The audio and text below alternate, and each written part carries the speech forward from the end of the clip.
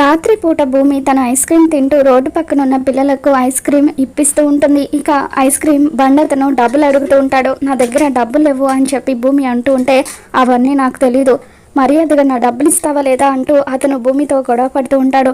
అటువైపుగా కారులో వెళ్తున్న శరత్ చంద్ర అది చూసి ఇక కారు పక్కకి ఆపి, ఏంటయ్యా నువ్వు ఆడపిల్లతో గొడవ పడే విధానం ఇదేనా అంటూ అతనితో గొడవ పెట్టుకొని అతనికి డబ్బులు ఇచ్చేస్తాడు.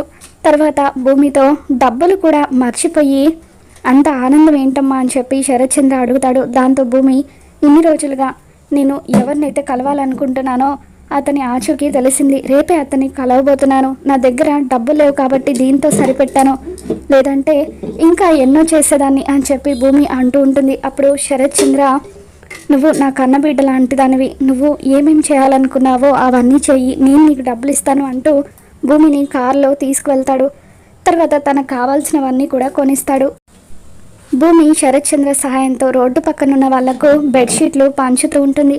ఇక తర్వాత భూమి ఆనందంతో నాట్యం చేస్తూ ఉంటే ఆ నాట్యాన్ని చూసిన శరత్ చంద్ర చాలా హ్యాపీగా ఫీల్ అవుతూ శోభా చంద్ర నాట్యాన్ని గుర్తు చేసుకుంటాడు.